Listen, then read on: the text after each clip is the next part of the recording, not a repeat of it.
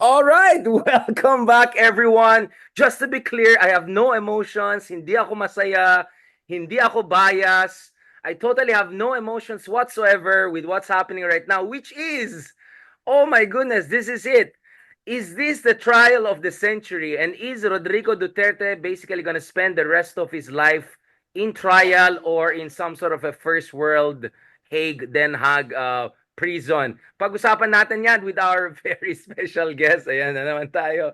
May nagsabi lang sa akin, Richard, tama na, huwag ka na magbardagan, magpakabait ka na sa kahapon. Lahat, inaway ko na, Malutikia, Popoy de Vera, lahat, Clarita Carlos, tapos, sabi ko, magpakabait na nga ako. Kaya ngayon, interview natin ang pinakamabait natin guest after Sir Ronald Llamas, si Senator Antonio Trillanes, who of course is also running as mayor of Caloocan City. Sir Sunny, you don't seem to be happy. Bakit? Parang malungkot ka, Sir Sunny. Good evening, Richard, and thanks for inviting me again dito sa podcast mo. So ano lang tayo, wala naman tayong emotion din. There's no reason to be joyful and Nothing, ecstatic. nothing. Yeah. Let's talk about it. Let's talk about it kasi matagal na tayo pinagtatawanan. Ako, pinapa-tricom na ako kasi fake news daw kami ni Justice Carpio dahil sabi namin last year pa yan. Ikaw, kung ano-anong trilling bang tawag sa'yo, Sir Trillanes, kung ano. But here we are. The moment of truth is here. I know you're a very well-informed man. I'm sorry to say it that way, but we're still surprised by how efficiently, essentially, Duterte was whisked away and not allowed to play his games. Basically, TRO, Supreme Court, drama, people power, go to Davao, I don't know, maghari-kiri, whatever. Tapos, wala. Kagad, Villamor base, and then you go. Although, I want to ask, a couple of top-level officials were asking me, parang may konting delay din nung flight. Parang they were expecting it a little bit early, kaya medyo nervous yung ibang tao. To the degree that Senator Trillanes, you can share to us, can you tell us? I'll ask General Torres separately in another show on the operational circumstances. But from your understanding, Senator. Okay. Una muna is itong sa bakit na delay, no, yung Nakamute kaya to, sir. Excited yata mo siya. Yan, yan kasi, sabi okay. mo, hindi ka excited. Eh. Uh, Ayan. so Yes, yes, Senator, you were saying. okay, una muna, was I able to greet you? Nag-greet na kita, di ba? Oo. Nakuha naman yung first part na yan, di ba? Richard? Yeah. Okay. So,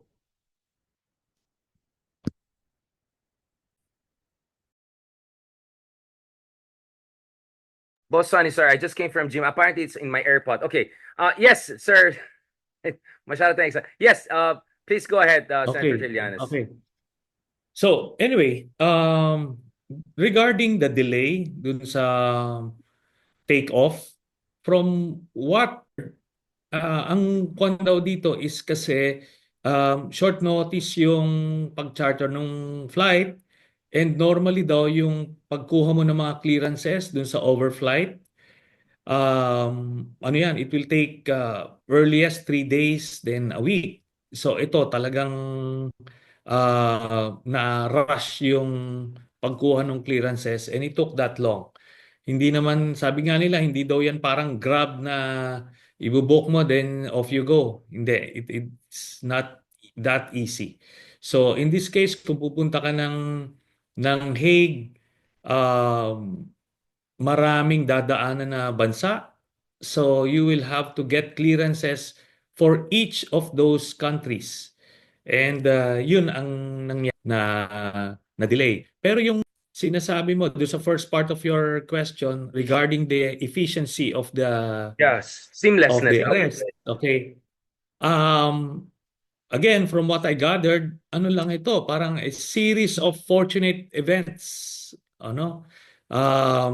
Parang ano lang maraming luck played a big role, and ultimately sabi ko nga ano na to, divine providence na to. It had to happen that way. Even And the stars have to align. ano Even the stars have to align. Can you clarify that, yes, the Senator? Is it because we were expecting that he would stay in Hong Kong. I mean, did China leak this to him? I mean, what went on? I mean, okay, first of all, so he was in Hong Kong. He had an option not to come back, right? He had an escape route, or Okay. maybe he didn't. Well, what do we know about the China angle? So, remember, Richard, nung dinidiscuss natin yung various scenarios, ang sinasabi natin, ang go-to move ni Duterte, ang kanyang contingency plan or plan A niya is to flee to Hong Kong. He did that before, nung June 2023, when he thought yung dismissal ng kanyang appeal sa appeals chamber ng ICC would come with a warrant for him. So when they were informed, they were given a heads up on the imminent release of the denial of his appeal, they fled to Hong Kong. Okay, ganun yung move niya. Ngayon, nung naririnig niya na the warrant was about to be released, was about to be issued, lumipad ulit siya sa Hong Kong. Ngayon, over the weekend, nakiramdam sila. Nakiramdam sila kung meron ba talagang warrant o wala. So wala silang nakukuhang confirmation, and they decided, I believe, ang nangyari dito, while ang plano is to seek asylum sa Hong Kong, pero mukhang base doon sa mga information namin, ano siya, nabore siya doon, nalungkot siya, hindi siya makatulog doon, parang the weather is not ideal for him, the food, hindi niya kumbaga, he did not see himself living there for the rest of his life, or at least habang nakaupo ang unfriendly administration. So with that, ang decision nila is unahan nila yung warrant. So nung tinitignan nila na parang wala naman, naniniwala sila diyan kina Panelo, sinasabi fake news yung warrant, kila Harry Roque, Harry. wala daw warrant. Oh, yeah. Oh, yeah. Oh, naniwala sila sa sarili nilang fake news. Eh di they assumed walang warrant. And ngayon, actually yung flight nila is supposed to be hapon. Ngayon, one smart guy within his group said, kung ipupush through nila yung hapon, baka lumabas yung warrant during the day, in the morning, lalo sila maiipit. So, they moved it dun sa umaga, pero they kept the afternoon flight parang as a decoy para doon pumunta. Then, umaga sila lilipad, and there was a private jet waiting to take them to Davao. Para pagdating doon, kumbaga nag-decide na lang si Digong na ayaw niya na mag-asylum. Uwi na lang siya, tapos last stand na lang sila ng Davao. So, nag-ano sila. Akala niya maunahan niya yung warrant, kaya minove niya nung morning, not knowing na meron lumabas nung early morning. At yun na nga, naging the worst place na mahuhuli ka is doon, kasi talagang wala siyang isolated talaga siya doon.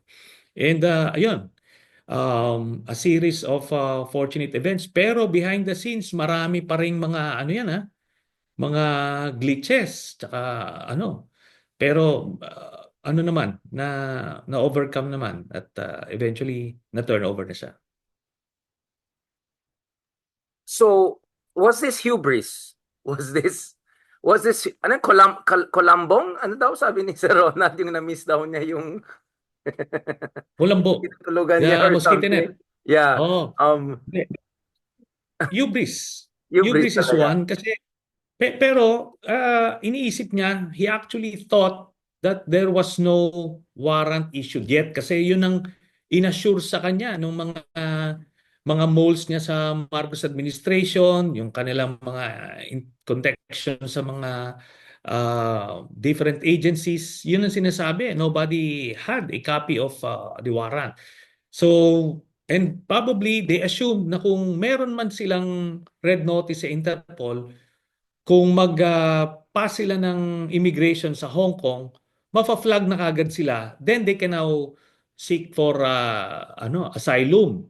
So, kumbaga nasa Hong Kong sila. Ngayon, kung makalusot sila doon, pwede pala. Ngayon, ito, meron palang sa Interpol, meron pala yung ano lang, yung parang sealed siya, hindi yung general publication, general posting na all Yung press computers, release. Oh. yes, yung no no no, pagka sa Yung Interpol, bulletin, yung sa bulletin, yeah, yan yung bulletin, yung yeah, everyone, every terminal yeah. will have it. Ito meron yung selective, yung one country lang na para kung gusto mong ma-isolate, mahuli, yung specific country lang yung bibigyan mo. So they were looking at the website na wala, not knowing na merong ganon na sealed kaya hindi nila nakita. So anyway, oo, kaya lumabas. Kaya it was never posted sa iba't ibang, it was never posted publicly kasi doon lang mismo sa terminal sa Krame binigay. Kaya yun ang naging ano. Tapos yun nga, yung hubris na, sige na, tingnan natin kung kaya siyang huliin. Tama, kung natuloy siya sa Davao, mahirapat siyang huliin, pero hindi na siya umabot ng Davao, doon pa lang sa He had an plane pa lang option siya to inuwi. fly like Cebu, Davao, parang ganon. Hong Kong, Cebu, Davao, parang ganon yung alternative. Hindi na dadaan sa Manila. Walang flight, walang flight na direct to Davao and ano. Ngayon they considered flying ano to via private jet. Right. Kaso the clearances again would take them ano an Days. additional Yeah. 2 to 3 days. So kaya ano na lang na tipong mas maaga yun na lang the first trip out ginawa nila. I want to tease out this more, Senator Trillanes, kasi a lot of our friends are still playing into that. Maybe in the end, it was really about China making him feel you're not worth it. Like, and then he realized hindi siya sineseryoso ng China as much as he thought. And maybe that may have also, kasi parang siguro inisip niya super VIP siya dyan, protektahan siya. And somewhere when wondering with MSS or their intelligence operatives here try to also leak any information, yung sinasabi mo na lumabas lang dito sa bulletin ng on a part, hindi sa China or ibang, kasi Interpol, di ba? International yan. But your hunch, Son, is that ultimately China felt Duterte was not worth it, right? I mean, they made a statement about don't politicize, blah blah blah. Parang ano na yan, ano lang yan, parang tick the box na lang, no? Parang mema lang. Ako naman I don't think sinuka siya ng China kasi ano alam nyo the way China treats yung mga friends of Still friends, yeah, the friends of China. yung friends of China yung nagbigay sa kanila ng special favor at some iba yon. They hold that thing dear to them ano The honors. kumbaga sacred sa kanila yon. In the case ni Duterte ang daming na benefit nung China. Duterte made a lot of things possible for China. Marami siyang binigay na pabor, maraming kumita diyan, lahat-lahat. So hindi yun siya isusuka ng ganun kasi otherwise titignan nila ng mga ibang potential leaders na gustong makipag establish ng relationship with China teka iniiwan niyo yung mga aliado niyo So I don't think that was the case. It was incidental and based on sa information namin talagang Duterte just couldn't see himself staying there for the rest of his life. So why did Hindi he go siya to Hong Kong then? hindi siya makatulog. So why did he go to Hong Kong? Was it because there was a whiff of an ICC arrest and then he went there to feel things out? Or it was just Ano yan? hmm, Sabi ko nga, yan yung kanilang contingency plan. Kasi the coward in him automatically flees So, this man, si Duterte, at 80 years old, was never made accountable for his actions. growing up, marami siyang ginawang kalokohan, hindi siya na-kick out, lahat ina-arbor siya, ganun. Kumbaga, kaya wala Selfish siya siyang eh. Yeah. ano, oo, yung attitude niya towards authority ganun-ganun na lang. Kaya nung wala na siyang power, eto na, medyo napaparanoid siya diyan. So the coward in him prevailed and yun nga, lumipad siya kaagad. Kaso yun nga, at 80 years old ba si Duterte, parang Yes, hindi exactly. niya na nakita, parang he's too old uh, for an asylum, in Sir, Hong Kong. sir, Parang son, ganun. so you're saying essentially over like a 2, 3 year day period, parang the two sides of his nature clash. The coward in him and the like Yes. para parang reckless arrogance and hubris in him and doon siya nadali. Like if sana Yun. nag-stick lang Oh, siya to one of his doon instincts, na dali. diretso lang, di sana. I mean, if he didn't leave, Oo. right, stayed lang in Davao through and through and then made his last stand, may chance Yeah. siya. If duwag lang siya, then went to Hong Kong and stayed, may chance siya. Yes. But hindi eh. Nagduwag siya, and then Mm. nagkupal siya. Like, ayun tuloy, nadali siya. But, are Yun. you still surprised? Yeah, please. Precisely kasi nakita naman niya kasi yung nangyari din kay Kibuloy, papaano na shakedown. So yun yung that's why ang sabi tuwing nakakakita raw ng mga checkpoints sa Davao, yung ghost of his past is haunting him kasi ganun sila, 'di ba? When may tutumba sila, talagang nagche-checkpoint. So nung nawala na sila ng control sa Davao City Police for the first time in so many decades, nawala na siya ng control sa police, kaya very yung movement niya, and he saw for himself how Duterte was flushed out of his stronghold. So sa kanya feeling niya doon sa bahay niya, ang dali-dali niyang ano doon, ma CQB ka nga, pero kaya ang ginawa niya, lipad muna, assess muna tayo, tignan natin, di ba? Para to buy him some time. Kaso yung mga informants niya, mga moles niya, wrongly assumed that there was no warrant. Wait, Di or ba? maybe Hmm. this is the Russian in me. Sorry, I always have Assad in mind, di ba? Parang, Assad is basically useless to Russia, right? But, well, he brought some money. But a part of me was always thinking, well, if Putin throws Assad under the bus, that has bad implication for its other alliances, right? The other despots and allies they have. So actually, I agree with you. If you're China also, maybe even if Duterte is a bit alanganin na, you don't want to set a precedence that turns off other potential future leaders. I agree with that. But speaking of Yes. situation, I don't like many things had to work. Talagang the stars align talaga, no? Sunny. The stars align. The stars align exactly. Yeah. Nevertheless, is it also possible that he was infiltrated? Sorry, I've been a bit too KGB. That perhaps there was false information being spread within his ranks that may moles pala siya. Is that possible? Without confirming.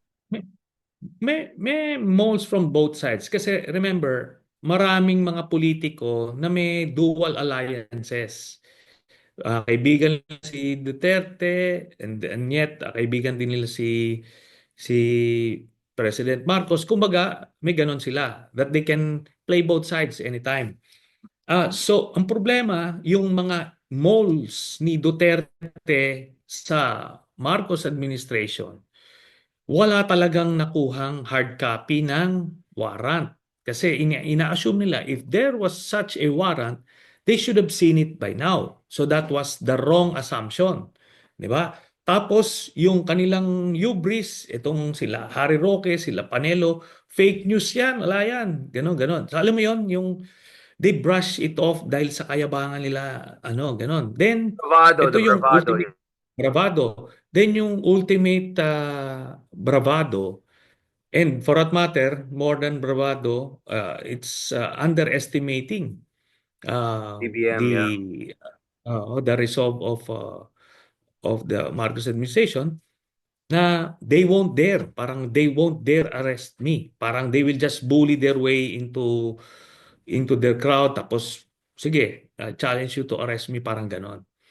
Kaso ano nga um, talagang ano na God's hand na ito, sabi ko na. We cannot attribute it to anything else kasi nobody would have predicted that he would Interesting. change his mind and just come back.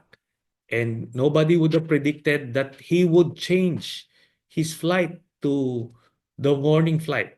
Kasi kung afternoon flight siya, for sure magli-leak na yung Interpol red notice.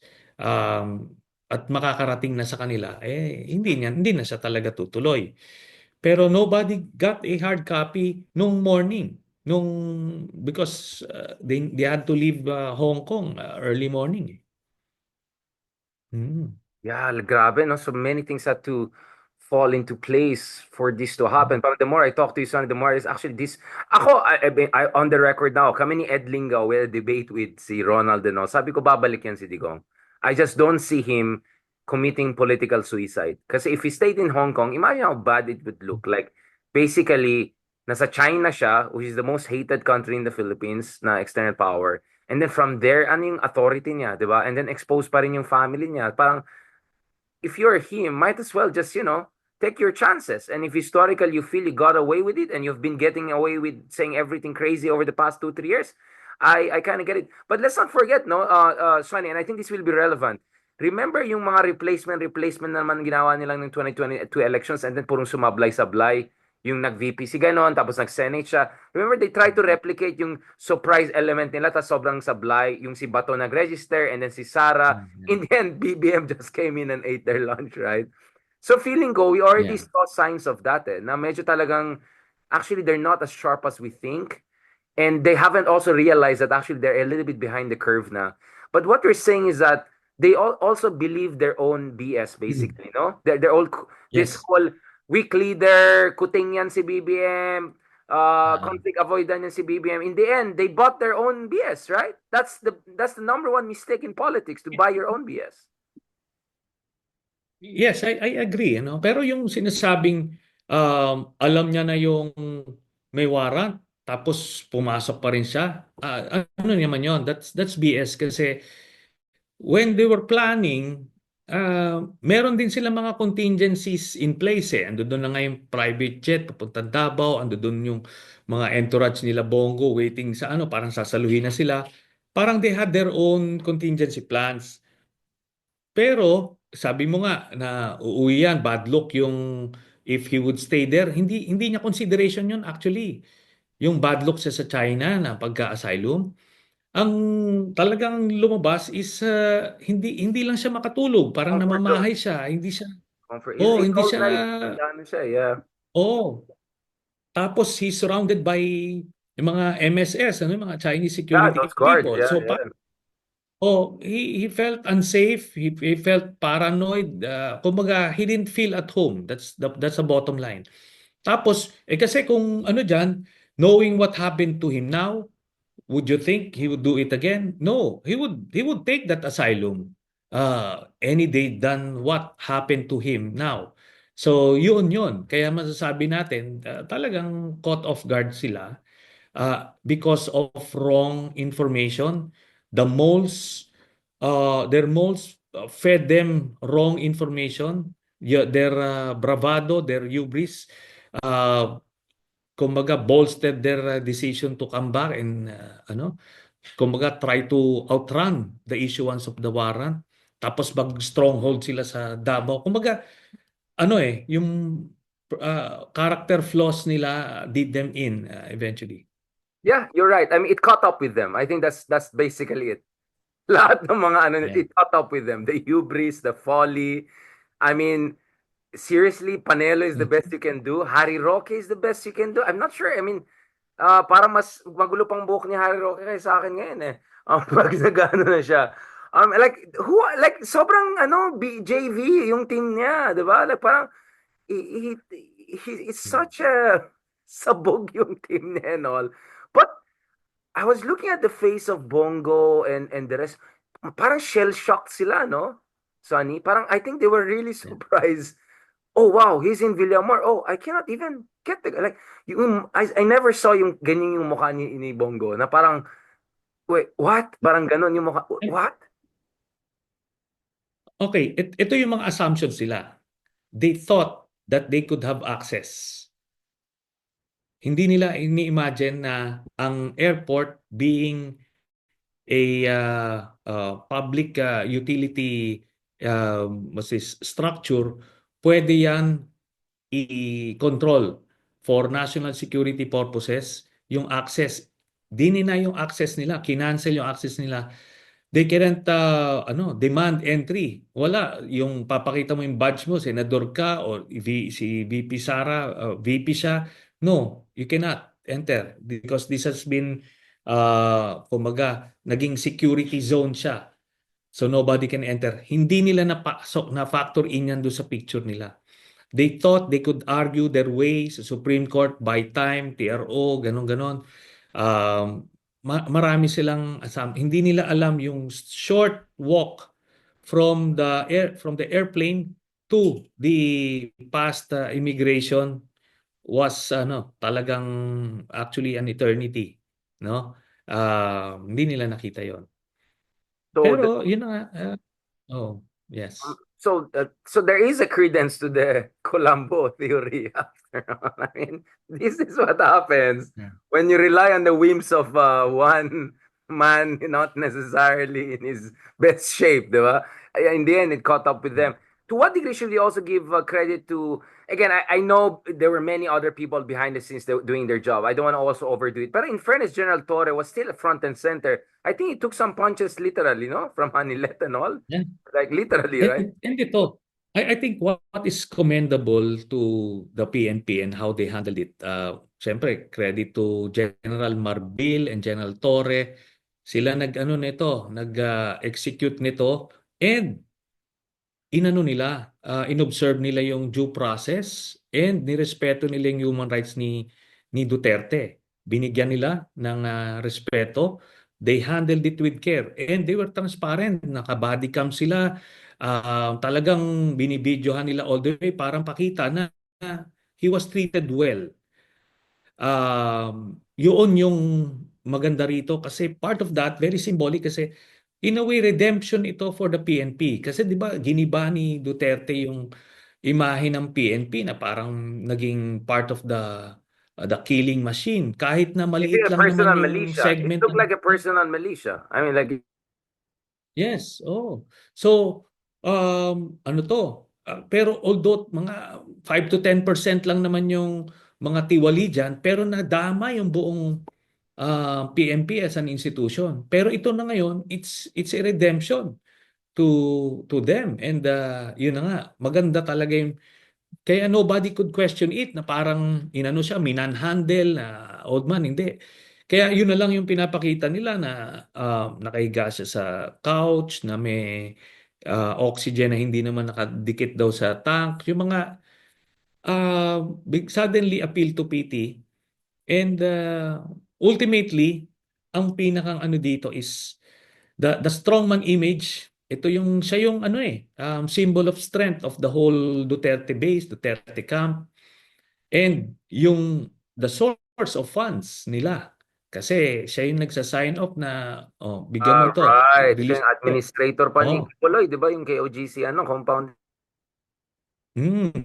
So ngayon, wala na. Ang hirap niyan. Ang hirap niyan pag doon, it's not like nasa custodial center ka lang sa Camp Crame na accessible ka, pupunta ka lang doon. Ito, nasa Hague ka eh.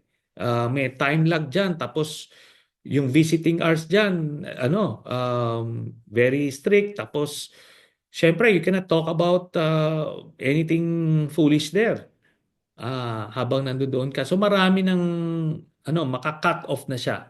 And ito he will not be heard from here on. Importante 'yun dun sa kanyang slate. 'Di ba? What about the orphans na sila ngayon? Kasi Sara, they can't rely on Sara campaigning for them. In the first place, Sara hates some of them or I want to most of ask you on them. this, Sonny. Sorry for cutting you. Yeah, so now I think it raises a couple of important questions, right? So it looks like Duterte will spend the rest of his days either in trial, kasi minimum daw 2 to 3 years and usually 7, 8 years. Like, I'm not sure. Mukhang malabo na in the pre-trial chambers and examination. He'll get the reprieve, di ba? I'm sure he'll apply for temporary liberty, yung pabalik siya, mataas yung flight risk niya. So malabo yan.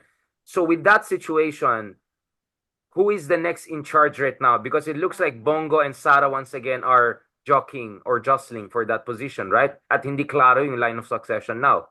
Who's gonna be holding the line for the essentially the camp, right? On its face, kumbaga on paper, dapat si Sara Duterte.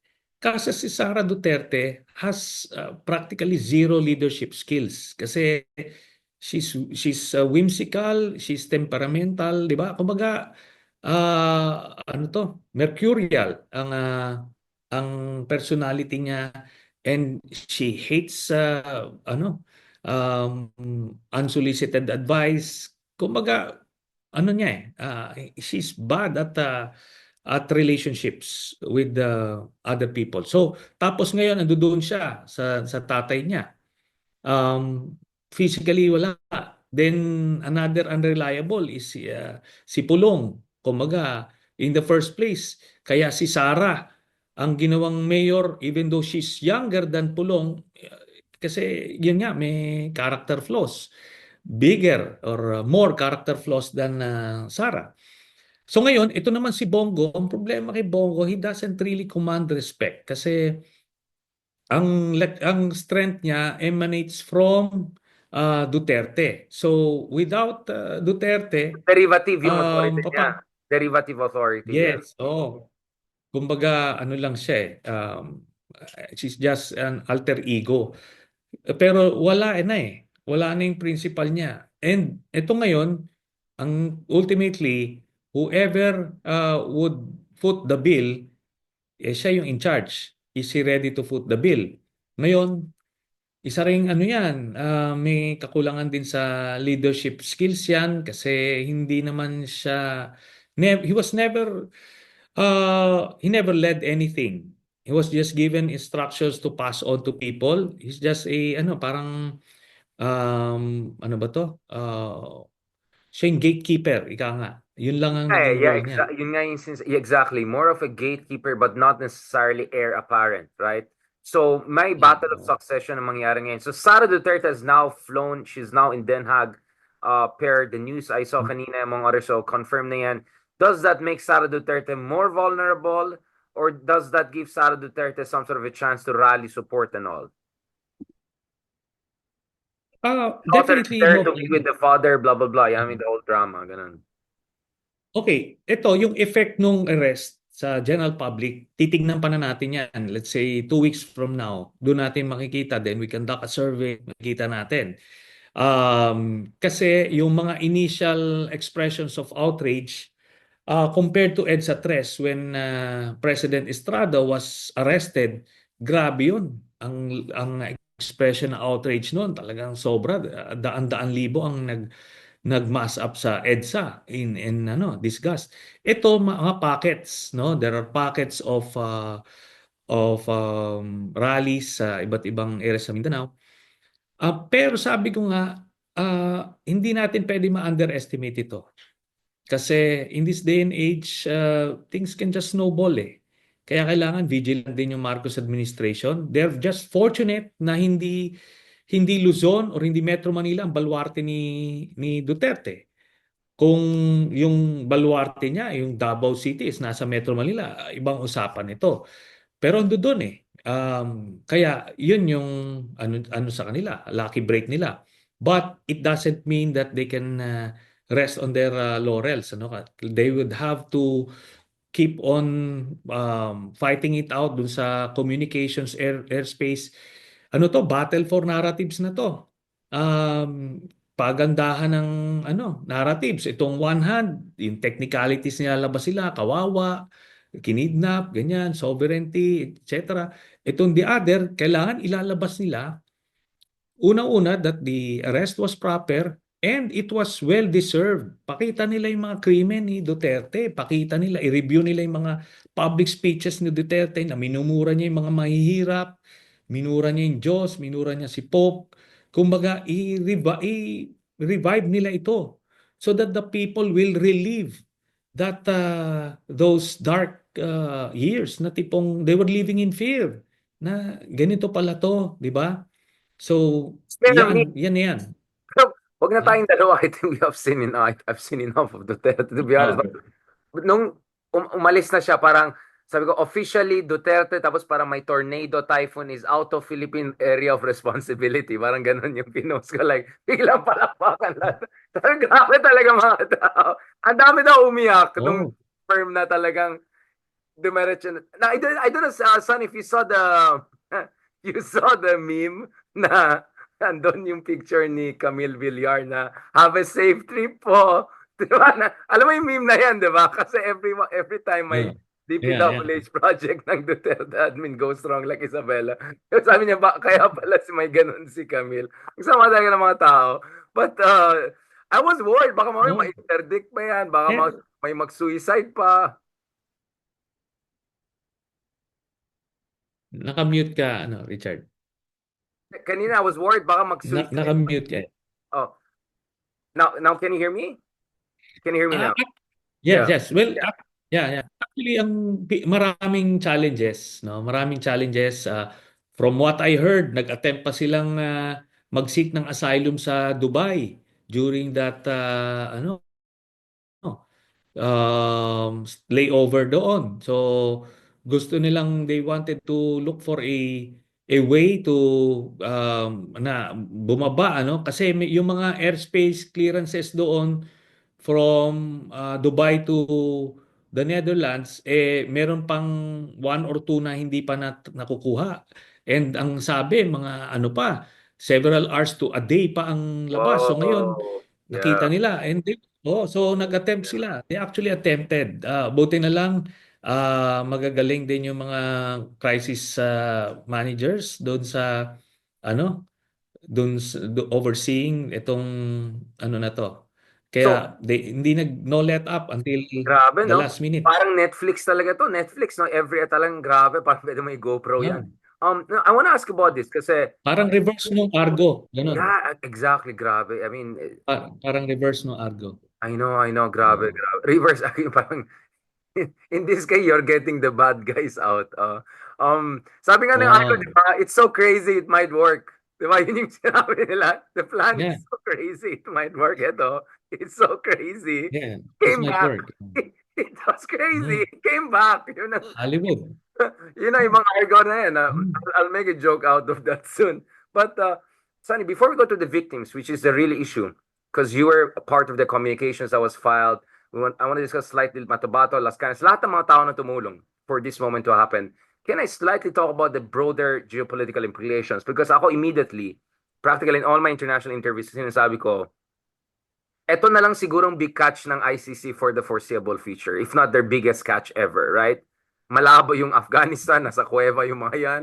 Malabo si Putin, he's in Kremlin, and malabo si Netanyahu because Trump will support him and well, Israel is Israel. And Hamas, whatever. Hindi mo mahanap mga yan. So this is basically their only chance to get a big profile guy. And although he's not the first Asian to get the warrant of arrest, because Afghans are technically Asians too, but he'll be the first Asian to be tried and most likely convicted, right?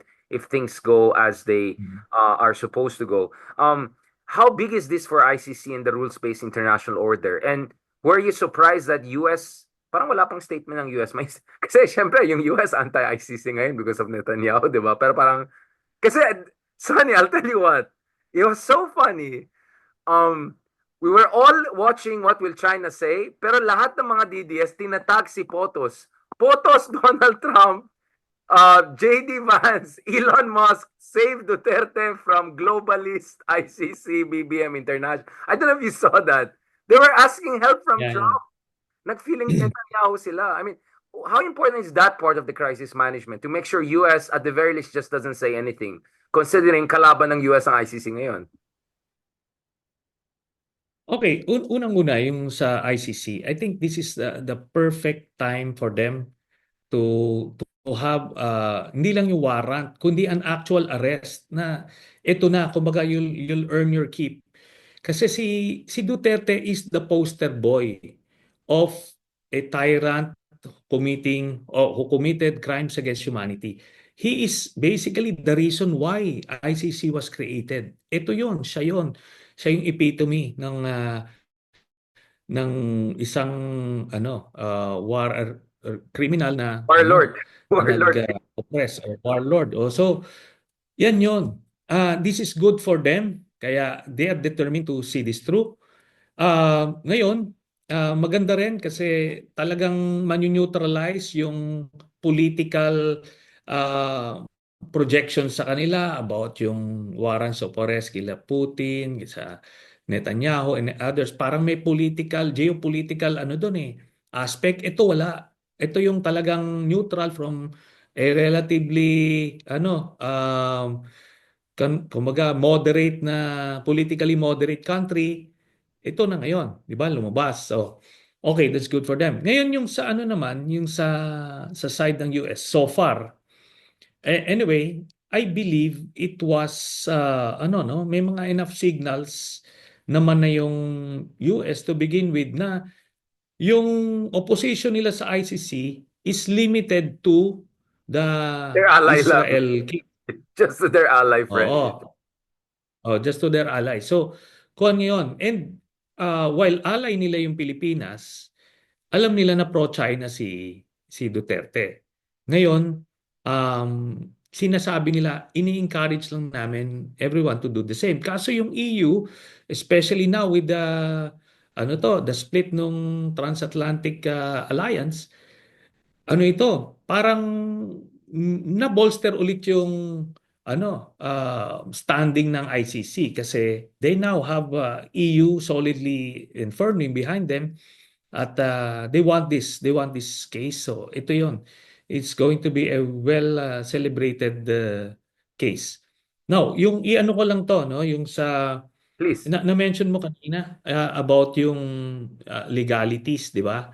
Sorry, I Uh, forgot to ask you. Yun nga like, uh, na hindi siya pinasok to get a warrant of arrest from a regional trial court or whatever. There was a slight debate around it, but moot and court na siya, moot and academic na siya ngayon kasi ano na siya. But for the sake of argument, Sonny, where do you stand on this? Was that a rendition, extraordinary? Was it outside the box, as Justice Carpio put it in our interview, or was it no? It was just standard operating procedure because he's an international criminal per the red notice, and you just follow. Last time I checked, Putin was not part of ICC, right? Russia is not part of ICC. Afghanistan is not. So I don't just see the argument of, oh, we're no longer a member of ICC, therefore. Oh, okay. So, those raising the arguments about yung nakalagay kasi doon yung competent judicial authority sa Article 59 or basta't iba't iba yung sinasite nila. Ang ang tanong kasi dito, before they get into that argument, meaning nire-recognize nyo yung jurisdiction ng ICC. Di ba? It's either you recognize the ICC that ICC has jurisdiction while we were a member or not. Pag sinabi mong you don't recognize, don't get into the procedure, di ba? Okay. Now, if you recognize, sabihin mali yung procedure, dapat dinala siya sa court. Ang nakalagay dun sa Rome Statute is competent judicial authority. Now, early on, I had a conversation with the ICC people. Kilinarify ko yan Ano ba yung competent judicial authority? Ang sinasabi nila, it is up to you. Kayo yung mag-define. In some cases, yung mga na-issue ng warrant nila, it's either the Minister of Justice or any prosecutor. Ganon, sinabi nila. So, dito, ino-automatic na competent judicial authority is automatically a judge. No. According to the ICC, at requirement ng ICC to, therefore sila yung masusunod, hindi yung definition natin. Unang-una, hindi nga defined. Sinasabi lang competent judicial authority. So a prosecutor is a competent judicial authority. Ano to Prosecutor General pa yung nilagay natin dito. Nakalagay doon, inobserve niya, tama ba yung person, yung pinagsaserban? Di ba? Tapos ano ba, meron bang, is he being tried for the same set of facts dun sa local courts? Wala. Alam ng Prosecutor General dapat yan. So, ano ba, proper ba yung arrest na ginawa? Binasahan ba siya ng Miranda rights, etc.? Yun lang eh, ando doon eh. So, na-affirm yun, na-complete yung, marami lang kasi syempre, self-serving yung mga maka-Duterte na tipong kailangan court ito, local courts. The Rome Statute never said local courts. Sinabi nila competent judicial authority, and according to the ICC, when asked, it could mean the Minister of Justice or any prosecutor. So tapos ang debate, di ba? So yun na yun. Tapos meron doon nakalagay, he should be examined by a by an ICC accredited doctor. So I also clarified that ano ba yung ICC accredited doctor? Ang nakalagay doon, ang sabi na ICC, hindi yun applicable sa atin kasi that's only for member states, yung current member states. So pwede any doctor. So kung yung NP doctor pwede, di pwede yun. Di ba? So kumbaga, na-satisfy yung mga requirements nila. Ngayon yung sinasabing yung point na is it surrendering yung ating sovereignty? Kasi bakit natin sinuko yung ating citizen? Ngayon, I refer them to Kidnap daw. section. Sunny, kinidnap daw. Oh, kinidnap. Oh. Oh, so I refer them to hindi yung mga lawyers kasi sinasabi nila kailangan daw may extradition request from the ICC bago magano. Mali kasi nakalagay dun sa ano nga natin Republic Act 9851. Ito yung law that defined crimes against humanity, genocide, etc. Section 17 dun sa jurisdiction dun sa second paragraph maliwanag na kung merong akusado na iniimbestigahan ng isang international tribunal, the government authorities may dispense with their own investigation and surrender that person doon sa international tribunal. It's so specific, it's tailored to the T. Kumbaga, wala na magdedebate, and this law was passed back in 2009. The Supreme Court never ruled it as unconstitutional at hindi ito surrender ng sovereignty. In fact, it was an exercise of our sovereignty. We exercised make option whether to surrender or not. Sinurrender natin kasi we exercised our sovereignty. Kumbaga ganun 'yon. And palagay ko wala nang dito besides smooth and academic na, but Just to clear I the air, think no? Yeah, everything was done by the. I have a couple of questions towards the end of our discussion. Just to be clear, si Luis Moreno Ocampo, nakasama ko doon sa isang panel in Inside Story in Al Jazeera kagabi. Siya yung former chief prosecutor ICC who oversaw yung kay Bashir, yung leader ng Sudan, no?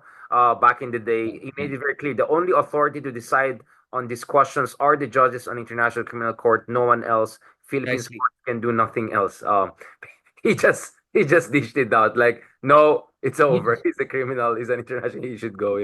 Yun na nga, yung sinasite nila yung Rome Statute, sino mag-interpret niyan? Requirement yan ng ICC. If the ICC is kumbaga tinanggap nila na yung mga yan, therefore tama yung interpretation ng Pilipinas. Kumbaga otherwise he won't be accepted. Just another question, very important. Best friend mo to, di ba? Si Bato. Ano sabi niya? Hinamon ka niya. Mm. Ano? Ano tawag niya? Parang, may term siya eh. Something like, Oh. Go dare, ahead, go ahead, make my day. like, make my day. Okay, make my day. Oh. Make my day. Sunny Trillanes, make my day. Okay, will you make his day soon? Is he in the second wave soon? Or mag-pilolaksan Ako mo? nga, sabi ko nga, it's up to him kung lalabas siya o hindi. Pero from what I heard, konti pa. Malapit nang mabuo pero hindi pa nabubuo. So, pero it's up to him if he will take my word for it. Pero kung may Okay. source iba,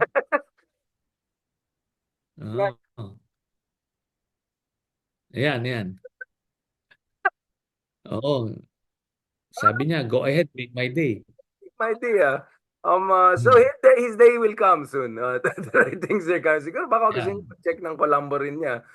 Going back to this, nevertheless, at least one service says that Bongo could be even number one or at least top five. Bato still kind of has a chance.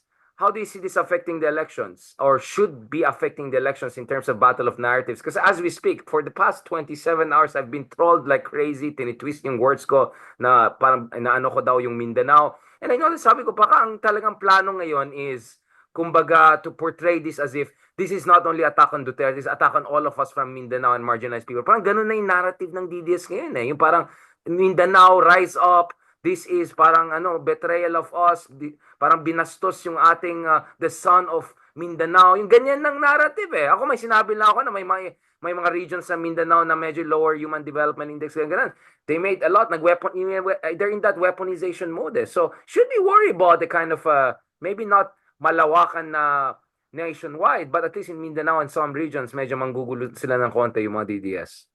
Or will it even have wheels or legs? Ah, ang ano ko nga dito, ang pinaka-gauge ko is yung initial expression of outrage. Ano ba ito? How widespread is it? It's nowhere near the EDSA stress level.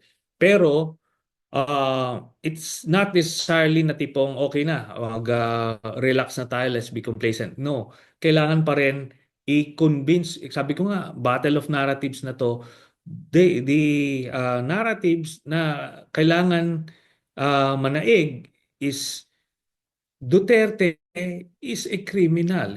He killed thousands of people. Meron sa sariling drug cartel, niloko niya yung mga tao, everything was a lie. Yung tapos marami siyang mga rights na binviolate. Kumbaga, yun dapat ang nananaig na narrative, hindi yung technicality na itong Rome Statute, etc. Kung ano man, ganun eh. Tapos yung nakakaawa, yung images na ganun. Hindi yon eh. So, Just to be kumbaga, clear, sir, ngayon Tanya, sorry for cutting you. Yung pray for the old yeah, man was for Pope Francis, not for Digong. I don't know if you saw that online, like pray for the old man. That was for yeah, Pope yeah. Francis, hindi for.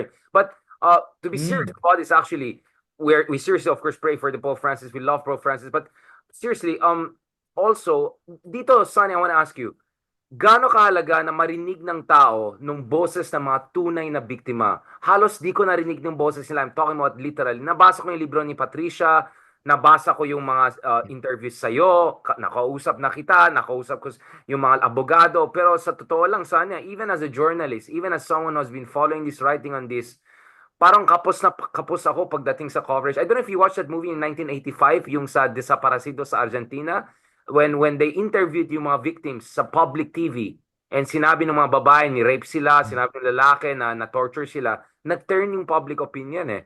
Ako sa tingin ko, nakulang talaga kami sa media eh. And even academia, I would say, in terms of making sure marinig yung boss. Yeah, I mean, Sonny, you are a hero. You did your job. I'm just saying, medyo kulang yata tayo dun eh. Yung boses ng mga totoong victim eh. Ako, I totally agree. I think yun na nga ang pinakang ano dito, ang major reason dito was the shutdown of ABS-CBN. Before, ang flow ng information, TV Patrol yan. Nakikita nila, 85 to 90% of the general public tuned in dyan pag nakikita yan. Kumaga, from the various islands, kuhang-kuha yan. Kaso when ABS-CBN was shut down, naghanap na yung iba. They did not necessarily go to Other main stations. GM, Yeah. GMA, GMA7. Merong lumipat pero not all. Not all. Kaya nagpuntahan na sa TikTok, sa nabasag na nabasag na. Ngayon, kaya if you want to communicate with them, you have to reach out through various modes. Iba-iba talaga. Maraming nangyayari dito sa Pilipinas na totally clueless na yung iba't ibang areas of the country. Totally oblivious sila. Kaya it may take a while even for some Filipinos to hear about the arrest of Duterte. Kasi normally sa atin din sa Metro Manila, if something big that happens like this. Ang assumption natin, the man on the street in let's say some island in Visayas, alam din niya yung nalalaman natin, it's not necessarily so. So it's a challenge, it's a communication challenge, pero dapat yung nasa Marcos administration, they should have the resources, the whole propaganda apparatus of government to disseminate information. So dapat nananaig sila dito. Kaya yan dapat ang challenge now. I think ano naman with the new PCO secretary tapos si Yusek Claire Castro, malaking ito. Nagkakaroon na ng content yung mainstream media and the social media influencers. So I think that's a good start. Pero yung kabila talagang well-funded yung kanilang Nakalatag na social media eh. machine. Yeah, son, malakas Oh, pa rin sila in fairness. I felt the heat again over the past. malaki. Nag-expand sila. Malaking, Oh. malaking budget, no? Mukhang money trail. We have to really go after the money trail. Yes, pero ito na ngayon. With Duterte, kumaga arrested and detained sa The Hague, who foots the bill now? Di ba? Who foots the bill? So, hopefully makikita natin yan kung slowly dissipate yung mga pro-Duterte influencers in the coming weeks. Ibig sabihin nun, nagsara na yung gripo. So, titingnan natin. Otherwise, somebody else is footing the bill. Tingnan natin kung sinong pilantropo yan sa Some kanilang other side. country. Oh. But ano pa rin yan? Kumbaga, Yeah. hanggang kailan yon? Hanggang kailan? So, we will see. Ngayon, tignan natin yung effect.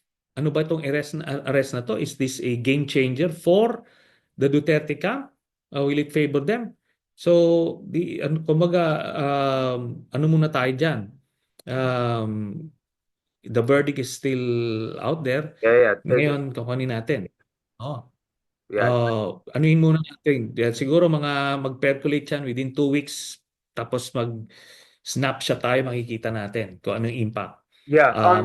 Funny, I was thinking, yun nga, siguro isang dahilan na marami sa mga biktima or mga pamilya ng mga biktima hindi nagsalita or hindi sila lumalapit sa media or lumalayo dati is because natatakot sila, di ba? Baka may JK pa sila, baka balikan pa sila ng pulis. Pero ngayon, meron ka ng you have the right authorities there. You have CIDG Chief Torre, who's very, very clear na I really hate niya yung mga EJK, yung mga ganyan. You follow the letter of the law, the spirit of the law.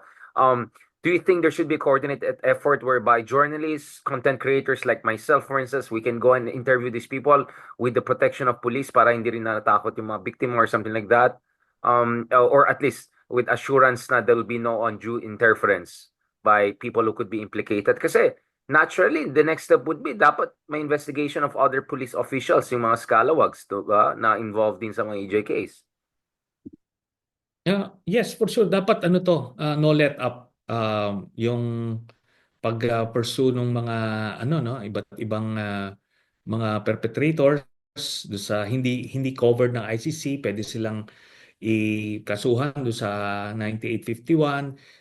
Lahat ito pwedeng gawin. Tapos at the same time yung information war. Kasi nga habang hindi pa natin na-determine, sabi ko nga the jury is still out, di pa natin alam ano pa yung ultimate verdict by sabi ko mga ganyan normally magpe-percolate yan 2 weeks, tignan natin yung Really kung meron bang yung trajectory niya, kung sumirit sila, okay, maganda sila yung nanalo at least temporarily, short term. So kailangan mo ng lalong pang dumiin. Pero kung bumaba sila because of this, na tipong at some point kasi the reality will set in na hindi na siya makakabalik. So the sooner mangyari yan, the sooner people will move on. They will move on to through life. At pero syempre yung mga loyalists, yung mga fanatics, doon pa rin sila pero mananaro na yung base nila. It will be a small minority, maybe strong in Davao and some parts of Mindanao for understandable reasons, but more or less that. So contained basically. Last point, naka-pink naman ako for a reason na. Eto na, sorry, magpakabait na tayo. Si Lloyda Lewis, I mean, first of all, happy Women's Month, and I think it's great that 3 judges who released this warrant of arrest were all women, one from Benin, and one was from Mexico, and one from Romania. So basically, post-colonial or post-Soviet lahat. So this is not your white man's court, literally and figuratively, right? But speaking of this, Sonny, what do you think about opposition? Akbayan was very clear. Persa Sendanya, Risa were very clear. All of them have been supporting you through and through. Um, do we think that the rest of the team maybe should step up and hindi na mag-both sides, wala nang mga both sidism. Let's listen to both sides. I think we should listen to the side of the victim and make sure that the ICC gets the job done. Dapat ganun yung linya, right? Kung totoo kang opposition. I think we should just call it for what it is, right? Yes, and I think it behooves each of them to have a definitive statement on this one. This is a historic moment.